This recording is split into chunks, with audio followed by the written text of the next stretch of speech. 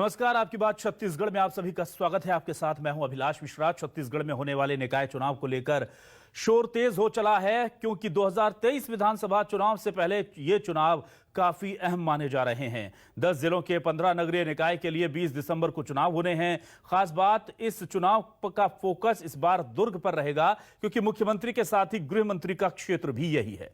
दुर्ग में भिलाई, रिसाली और भिलाई चरौदा नगर निगम में चुनाव होना है और जामुल नगर पालिका परिषद का चुनाव भी होना है।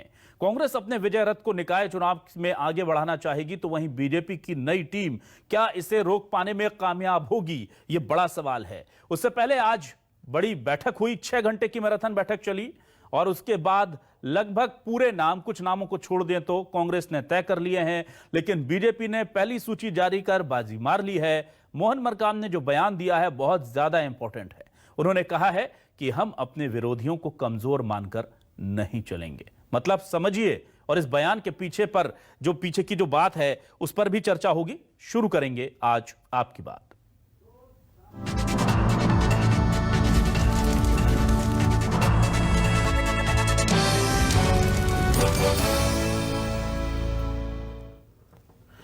तो नगरीय निकाय यानी कि शहर सरकार को लेकर क्या कहना है बीजेपी और कांग्रेस का, जरा सुनिए।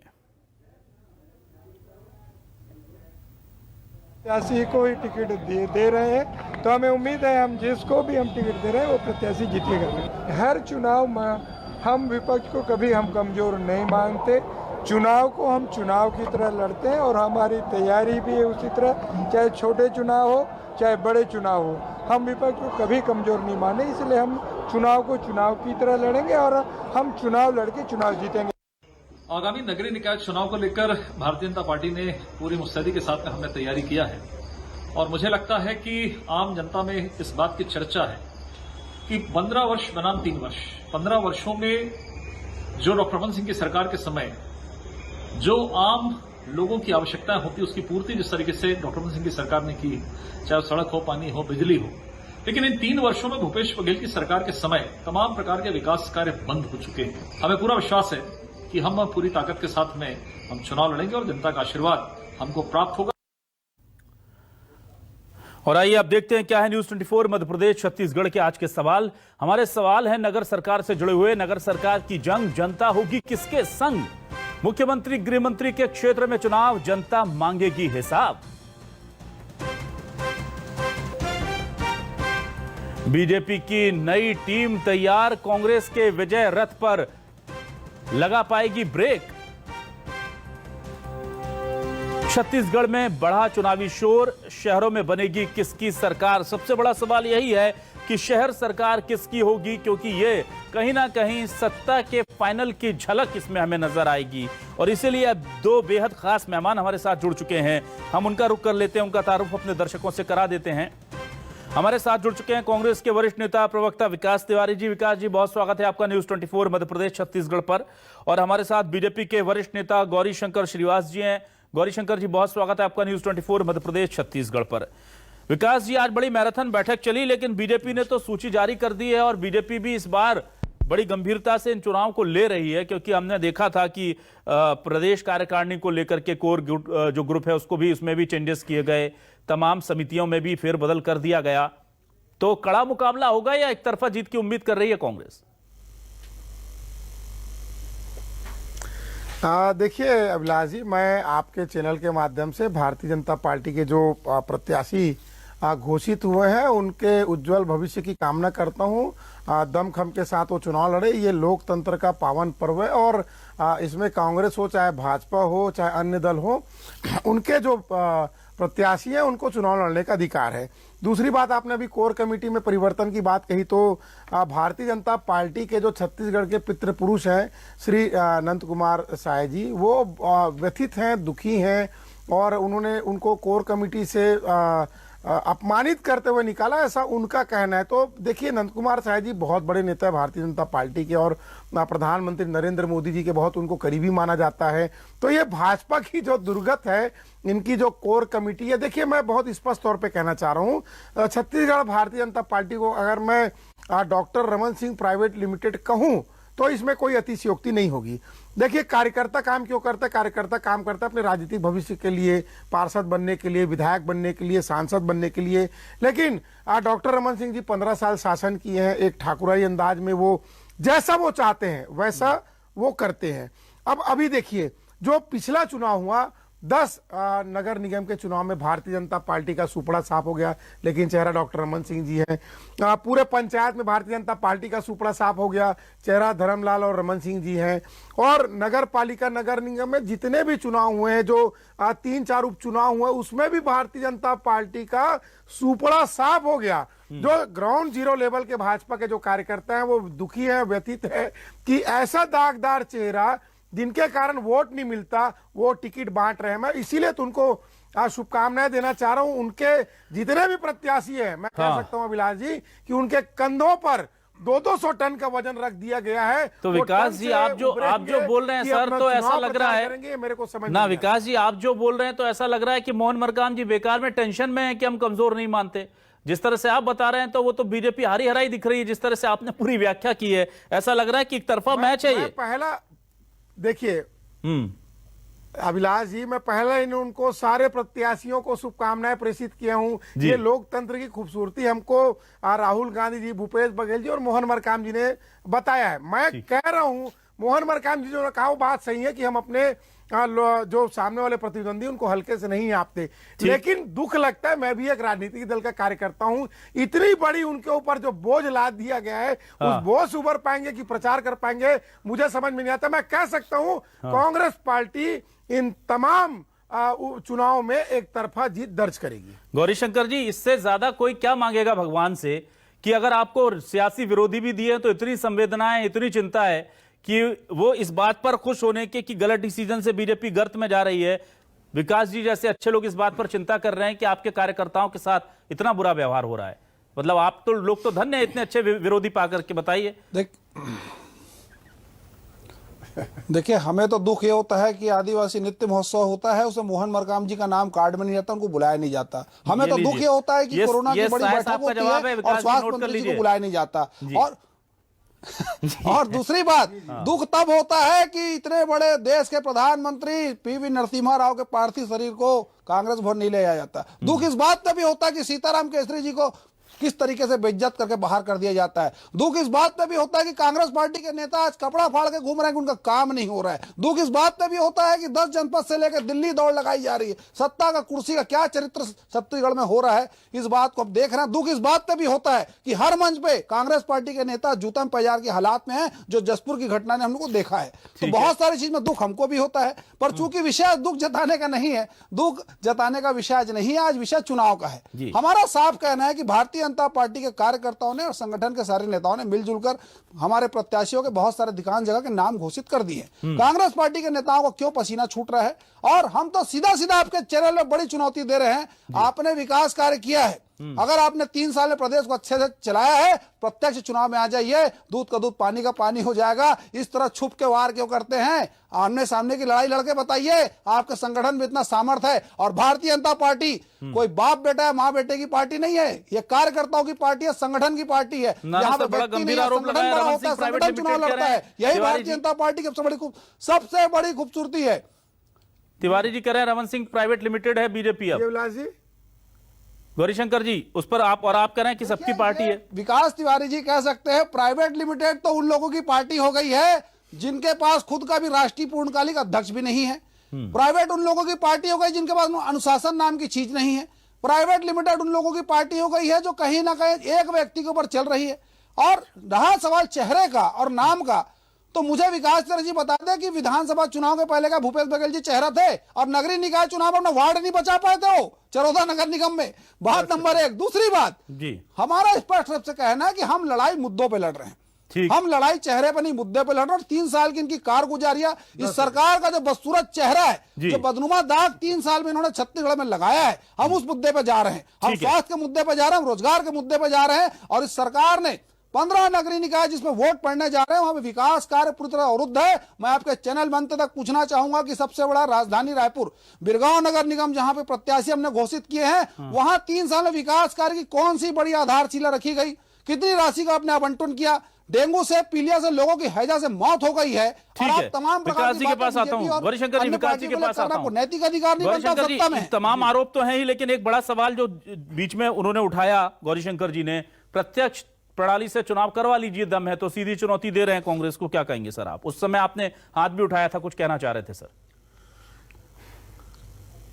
जी अभिलाष जी, देखिए बड़ा अच्छा लगता है, भाजपा में ऐसे युवाओं को निश्चित तौर पे आगे आना चाहिए। एक ये पॉलिटिक्स में एक रिफॉर्म भी होता है, लेकिन दुर्भाग्यजनक बात यह है कि ऐसे दमदार युवाओं को भारतीय जनता पार्टी हाशिए में डाल के रखी है। अब इनको मैं थोड़ा सा पीछे लेके चलता हूँ। प्रत्येक चुनाव को बड़ा चुनौती दे रहे हैं, प्रत्येक चुनाव करवा लो, पार्षद से करा रहे तो डर रहे हो। भारतीय जनता पार्टी के इतिहास में कभी भी प्रधानमंत्री का पद को चेहरे में घोषित नहीं किया गया था। जो पितृ पुरुष थे लाल कृष्ण आडवाणी जी, आप वरिष्ठ पत्रकार हैं इस देश के, आपने भी देखा कि आडवाणी जी की कैसी फजीयत करके बेइज्जती की गई और नरेंद्र मोदी जी को चेहरा प्रस्तुत किया गया। अब आप एक बात ये बताइए, पहले ये चेहरा प्रस्तुत करके कहते हैं कि यह प्रणाली बहुत अच्छी है और प्रधानमंत्री नरेंद्र मोदी जी बन जाते हैं। पूरा नियम धर्म को ताक में रख के भाजपा के जो संविधान है उसको चूल्हे में डाल करके नरेंद्र मोदी जी को प्रत्याशी बनाते हैं। अब दूसरी बात, मैं संवैधानिक बात करता हूं, मैं भाजपा के और मित्रों को और प्रवक्ताओं को सुनता हूं कि दम है तो सामने आ जाए, दम है तो ये तैयारी कर ले। तो आप लोग कोर्ट कचहरी का रास्ता खुला है, आप कोर्ट में आ जाइए। आपको इनको कोर्ट से भी लताड़ पड़ चुका है विलास जी। ये इस प्रणाली को लेकर कोर्ट भी गए थे, माननीय उच्च न्यायालय ने, हाई कोर्ट ने इनको लताड़ लगाई है। अब इनकी केंद्र में सरकार है, ये संविधान बदलवा दे, इनको रोका किसने है? अब ये तो नगरीय निकाय चुनाव की बात है। आप अगर 3 जो उपचुनाव हुए हैं उसमें तो प्रत्यक्ष चुनाव था। मरवाही में क्या हुआ इनसे पूछ लीजिए, दंतेवाड़ा में क्या हुआ इनसे पूछ लीजिए। जो भी उपचुनाव हुए हैं, जो प्रत्यक्ष उपचुनाव हुए हैं, उसमें भारतीय जनता पार्टी का जमानत जब्त हुआ है। ये बहानेबाजी है। इनके पास न चेहरा है, न इनके पास काम है। और बहुत अच्छी बात है, ये रोजगार की बात कर रहे हैं, बेरोजगारी की बात कर रहे हैं। 15 साल इस प्रदेश को नर्क करने का काम किसी ने किया है तो भारतीय जनता पार्टी और आरएसएस की विचारधारा ने किया है। अब जब पिछले 3 साल से, और मैं तो गौरी श्रीवास जी का भी नाम जोड़ूंगा, इनका धान 2500 रुपए में कौन खरीद रहा है? कांग्रेस की सरकार। मोदी जी के आदेश का अवहेलना कौन कर रहा है? भाजपा के नेता। अभी जो टोकन लेने में जो भीड़ जुट रही है विलास जी, भाजपा और आरएसएस के नेता सुबह से जल्दी चले जाते हैं कि हम अपना धान भूपेश बघेल को 2500 में बेचेंगे। कोई ना यूपी जा रहा है, ना कोई एमपी जा रहा है, ना कोई कर्नाटक जा रहा है, जबकि मोदी जी ने कहा है पूरे भारत देश में भाइयों बहनों कहीं पर भी आप अपना फसल बेच सकते हो। मेरा यह कहना है कि ये चुनाव है, ये तो परिणाम जब सामने आएंगे मैं कहूंगा कि पूरी सीट जीतेंगे, ये कहेंगे कि हम पूरी सीट जीतेंगे। लेकिन विषय यहां पर यह है कि अगर आपको अपनी विचारधारा के ऊपर भरोसा है, अगर आपको नरेंद्र मोदी जी के ऊपर भरोसा है, आप जाइए ना धान को बेचिए उत्तर प्रदेश में जाकर के। लेकिन भाजपा के जो युवा नेता है वो कहीं ना कहीं हाशिए में। अभी जो बीरगांव चुनाव में टिकट बांटने की बात हुई, जूता पैजर हो रहा है। भाजपा के नेता परेशान है कि टिकट किनको दिया गया है। कुछ ऐसे नेता है जिनका नाम से न बीफाम जारी किया गया, उनको भाजपा के कार्यकर्ता जानते तक नहीं है। मैं फिर वापस आना चाहूंगा कि चुनाव में चेहरा मुख्यमंत्री भूपेश बघेल होंगे, चुनाव में चेहरा मोहन मरकाम होंगे, चुनाव में चेहरा कांग्रेस पार्टी का जो 3 साल का काम है वो होगा। और अभिलाष जी, मोदी जी की सरकार ने मुख्यमंत्री भूपेश बघेल के जो नगरीय निकाय काम है उनको सराहा है और लगातार हर सेगमेंट में उनको पुरस्कार दिया गया। खुद मुख्यमंत्री भूपेश बघेल 3 बार स्वच्छता का पुरस्कार लेने वाले देश के एकमात्र मुख्यमंत्री भी बने हैं। तो कांग्रेस जो कहती है वो करती है। हम गौरीशंकर जी, केंद्र सरकार तो खुद नवाज रही है अवार्ड से, और आप कह रहे हैं कि काम अच्छा नहीं कर रही है राज्य सरकार। और उसके अलावा विकास जी गिना दे रहे हैं, 10 नगर निगम में बीजेपी साफ हो गई, पंचायतों से छुट्टी हो गई, 3 उपचुनाव विधानसभा के हो गए, वहां पर हार गए। तो तमाम तरह से वो दिखा रहे हैं कि एक तरफ प्रदेश बीजेपी चाहे प्रत्यक्ष हो या अप्रत्यक्ष हो हर प्रणाली में हमसे हार रही है, और दूसरी तरफ सर्टिफिकेट केंद्र दे रहा है उनको लगातार अच्छा काम करने का। कैसे काउंटर करेंगे इन दलीलों को? अभिलाष जी, आपने सबसे पहले कार्यक्रम में कहा ये सत्ता का सेमीफाइनल है जी। लोकतंत्र में जनता हर किसी को मौका देती, इनको मौका दिया, बम्पर इनको वोट मिला। 70 सीट का आज इनका यहाँ पर शासन है। लेकिन 3 साल में क्या इनको मिला, जिस बात को मैंने कहा फिर से उनको रेखांकित करते हुए दोहराता हूं कि 15 निकाय में चुनाव हो रहा है, वहां पे आपने विकास की क्या आधारशिला रखी, राजधानी के बिरगांव में क्या आपने आधारशिला रखा जिसके आधार पर वोट मांगेंगे, ये बात नहीं आई। नरसिम्हा राव से लेके पता नहीं कहां कहां राष्ट्रीय राजनीति में पहुंच गए, किसान राजनीति में आ गए। बात यहां नगरीय निकाय चुनाव की हो रही है, बात स्थानीय मुद्दे की हो रही है, बात उस मुद्दे की हो रही है जिस पर जनता का हक है, जिससे आप वंचित कर रहे हैं जनता को। और बात अब पुरस्कार की कह रहे हैं तो यूपीए के सरकार के समय 4-4 बार कृषि कर्मण पुरस्कार हमको मिला। आप कहते थे कि यहाँ पर कृषि का ये हाल है, खरीदी धान लेट हो रहा है, ये हो रहा है, 4 बार पुरस्कार आप ही ने दिया था ना। ऐसे कई पुरस्कार मिलते थे, मैं तो मंत्रियों के नाम गिना दूंगा। शरद पवार समेत कई ऐसे मंत्री आते थे जो पीठ थपथपा के जाते थे, उनकी आप शिकायत करते थे। तो ये एक लोकतंत्र की संघीय व्यवस्था का वो है, आप सही काम करेंगे उसको पुरस्कार मिलेगा, लेकिन जो स्वच्छता का पुरस्कार भी आप प्राप्त किए उसका श्रेय आपको नहीं जाता है।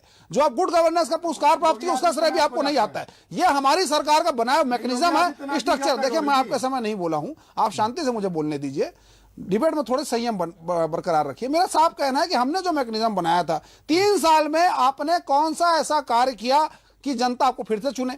स्थानीय 15 जहां वोट पड़ने वहां पे क्या आपने विकास किया? बात नंबर 1, सिवाय गुंडागर्दी, जमीन कब्जा, शराब के नाम से जो नदियां बहा रहे हैं, गली गली चाकूबाजी की घटना हो रही है, प्रदेश की बेटियां सुरक्षित नहीं है। महापौर के रायपुर के भतीजे चाकूबाजी में लिप्त पाए जाते हैं, उनको आप दुबई भगा दिए, कहां है, क्यों गिरफ्तार नहीं कर पा रहे हैं? बात नंबर 1, पुलिस वालों को थाने में घुस के आपके कार्यकर्ता पीट रहे हैं। इसी के पास आता हूं, आपके आरोपों पर बात करता हूं। विकास जी, देखिए, ये बहुत गंभीर श्रीवास जी ने, गौरीशंकर श्रीवास जी ने जो सवाल उठाया है, और ये दरअसल मैं भी जानना चाहता हूं। देखिए, विकास के जो पैमाने होते हैं ना, हर सरकार की प्राथमिकताएं बहुत अलग होती हैं, और हमने शुरू से देखा है कि छत्तीसगढ़ में विकास के पैमाने में प्राथमिकता किसान और आदिवासी को लेकर भूपेश बघेल सरकार चलती रही है, और वो बोलती भी रही है कि हमारी प्राथमिकता में किसान और आदिवासी हैं।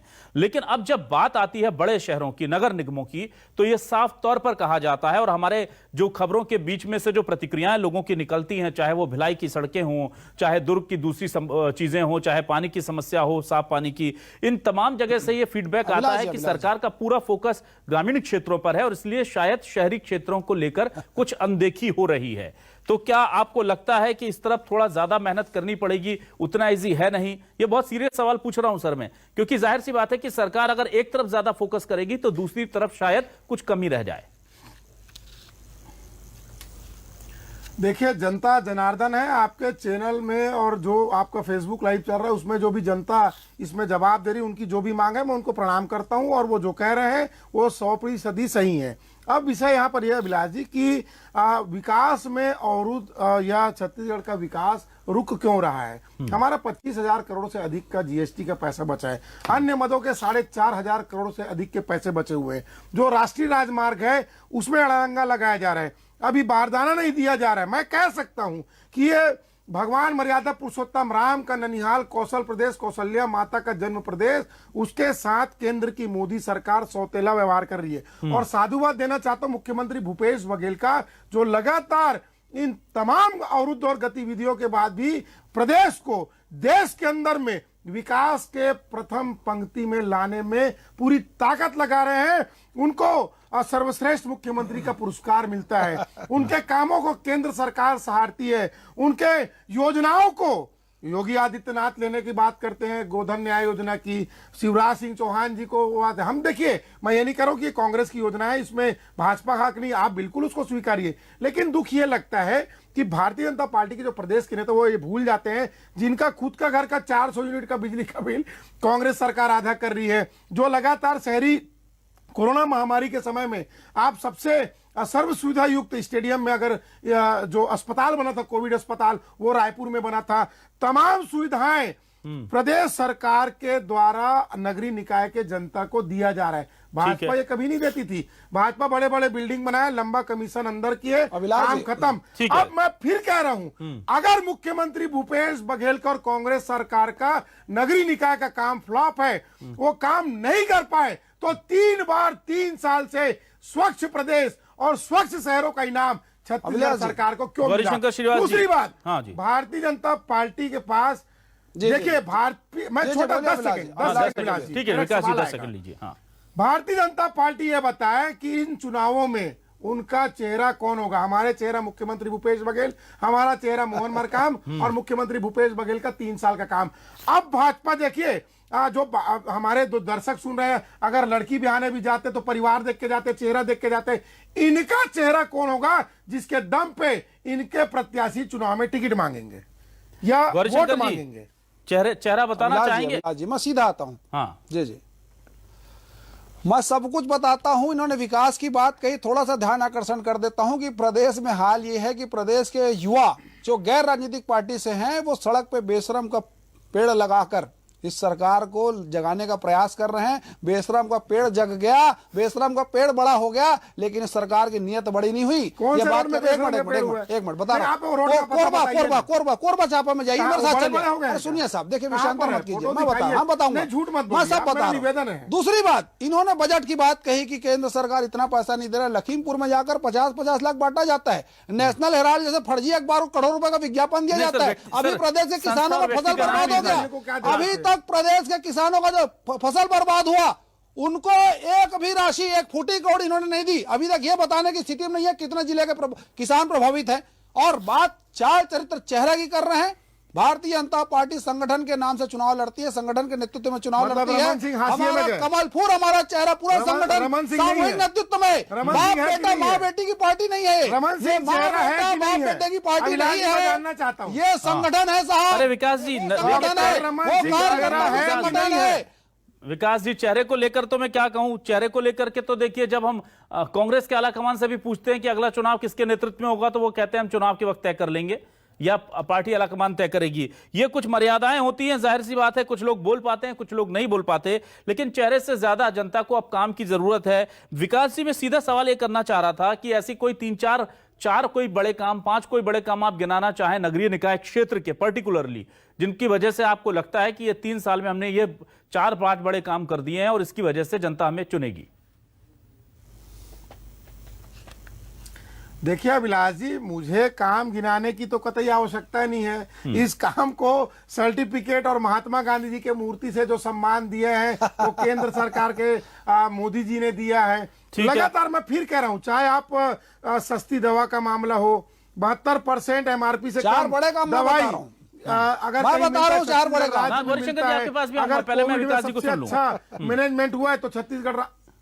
जी विकास जी बोलिए प्लीज। देखिए, भाजपा के मेरे मित्रों के साथ दिक्कत यह है कि पूरा योजना का मुख्यमंत्री भूपेश बघेल और कांग्रेस सरकार की योजना का भरपूर लाभ कोई उठाता है तो राष्ट्रीय स्वयंसेवक संघ और भाजपा के लोग उठाते हैं, हमको आपत्ति नहीं है। आपने बड़े काम गिनाने की बात की है जी सर। आज 72% जो अभी स्वास्थ्य योजनाओं की बात करें, 72% MRP से कम दवा छत्तीसगढ़ राज्य के शहरों में मिल रहा है। लगातार जो सफाई में भारत देश में अब बताने की जरूरत नहीं कि इनाम किस राज्य को मिल रहा है।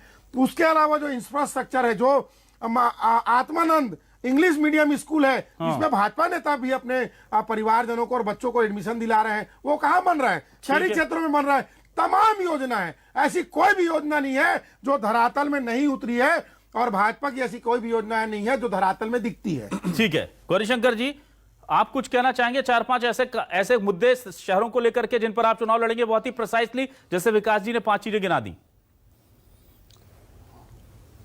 सबसे पहला मुद्दा है लॉ एंड ऑर्डर, बदहाली। वो किसी से छुपा नहीं है। चाकूबाजी, शराब की जिस तरीके से अवैध शराब कांग्रेस पार्टी के नेताओं के संरक्षण में फल फूल रहा है, गांजा का जिस तरीके से सप्लाई हो रहा है, जमीन कब्जा और साथ ही साथ रोजगार का मुद्दा, ये ऐसे मुद्दे हैं। विकास कार्य में तो मैं जाऊंगा नहीं क्योंकि पूरी तरह फिसड्डी साबित हो चुके हैं। आपके चैनल में ये बताने की स्थिति में नहीं है कि रायपुर के बिरगांव नगर निगम में 3 साल में क्या इन्होंने आधारशिला रखी, एक ईटा नहीं रखा है साहब इन्होंने। बाकी जगह अगर मैं दुरुस्त जाऊंगा, मैं शिवपुर चर्चा की बात करूंगा, बहरमगढ़ जाऊंगा तो फिर इनकी बारात निकल जाएगी, वहां नहीं जाना चाहता। हमारा साफ कहना है कि 3 साल की इनकी करतूत इनके सारे चीजों पर भारी पड़ने वाला है। ये लाख यहां पर ढोल पिटले, ये सेमीफाइनल ये हार रहे हैं। और हाल ये है कि पिछले बार मुख्यमंत्री जी अपना वार्ड नहीं बचा पाए थे, इस बार भी यही हाल होगा। पूरे प्रदेश में सत्ता विरोधी लहर चल रहा है, शीत लहर के साथ में। और आने वाले चुनाव में आप देखेंगे, फिर हम डिबेट करेंगे, जिस दिन परिणाम होगा उस दिन ये बात प्रमाणित हो जाएगी कि अभी का जो जनादेश है ये पूरी तरह से राज्य सरकार के खिलाफ में जाने वाला है। ठीक है सर। मैं विकास जी, अंतिम 10 सेकंड में आप कुछ बात कहना चाहें तो प्लीज 10 सेकंड सर। देखिए, भाजपा के नेता झूठ तो ना बोले। मुख्यमंत्री भूपेश बघेल जी का आप निर्वाचन आयोग से निकलवा लीजिए, उनके वार्ड में कांग्रेस पार्टी के चरोदा में हारा थे, चरोदा हम खुद थे वहां पे, तो उनका घर है। अरे चरोदा में घर है, डॉक्टर रमन सिंह के घर में मोहम्मद अकबर जी सबसे सर्वाधिक वोट से जीते। भिलाई चरौदा में वार्ड नहीं बचा है। ठीक है सर, हमारा महापौर भी इतिहास हमारे छोड़ वहाँ पे दीजिए, है। आप महापौर भी जैसे हमारे युवा हैं। नेताओं को अरे इसलिए कैसी आमंत्रित बात करते कर रहे हैं। हैं? नाना श्रीवास जी, गौरीशंकर श्रीवास जी, विकास जी, गौरीशंकर जी, आप जैसे युवा नेता इसलिए आते हैं सर कि बाकी हम सीनियर लीडर्स को बुला लेते हैं ना तो वो 60-70 साल पहले चले जाते हैं। हमारे दर्शक बड़े परेशान हैं, मुझे पर्सनल मैसेज करते हैं कि सर हर बार जब भी वर्तमान की या भविष्य की बात होती है वो इतिहास दिखाते हैं। लेकिन एक चीज है गौरीशंकर जी, विकास जी की तैयारी देखकर मैं बस आपसे एक ही दरख्वास्त करूंगा कि धान बेचने खरीदने के दौरान कोशिश कीजिएगा कि बीजेपी के नेताओं का कहीं कोई स्टिंग विस्टिंग ना कर लिया जाए कांग्रेस की तरफ से, क्योंकि विकास जी इस चीज को बहुत देखिए एम्फेसाइज कर रहे हैं कि चाहे आत्मानंद स्कूल हो चाहे धान खरीदी हो। ये हमारे समय बोनस प्राप्त करते थे भिलास जी। हाँ। हमारे समय भी लाइन लगा के बोनस लेते थे। ये चलिए, अच्छी राजीव भवन बात का पैसा नहीं है, ये ठीक 10 है। जनपद का इटली का पैसा नहीं है, ये यहीं का पैसा है। और हमारे समय भी कांग्रेस पार्टी के नेता बोनस पाते थे। अगर इनमें नैतिकता होती तो बोनस का त्याग अरे कर हम देते। तो आपको 28 भी देंगे अगले आप बार। तो लेते थे। चलिए, आप तो लेते थे। अच्छी बात है, आप दोनों ऐसे तरक्की करते रहे। बिल्कुल बेचेंगे। बीजेपी कांग्रेस के नेता तरक्की करते रहे, तरक्कियों के बीच में मेरे छत्तीसगढ़ की जनता का भी कुछ भला हो जाए। नगर निगम के चुनाव आए हैं, जाहिर सी बात है ये चुनाव बड़े हैं और इसलिए बड़े हैं क्योंकि नगर निगम यानी शहरी जनता किसके साथ जाती है ये पता चल जाएगा। आप और हम सब जानते हैं, किसी को बताने की जरूरत नहीं है कि गांव की आबादी जो होती है वो बिखरी होती है, आदिवासी अंचलों में तो और दूर होती है, लेकिन शहर में कंसंट्रेटेड पॉपुलेशन यानी वोटर्स के चलते ये जो चुनाव हैं छत्तीसगढ़ के, कहने को नगर सरकार है, शहर सरकार है, लेकिन सरकार किसकी बनेगी ये उसी को लेकर के राह तय करेंगी। बहुत बहुत शुक्रिया गौरीशंकर श्रीवास जी, विकास तिवारी जी, बहुत अच्छा डिबेट आपके साथ रहता है हमेशा। शुक्रिया हमें वक्त देने के लिए और तमाम दर्शकों का भी बहुत बहुत शुक्रिया।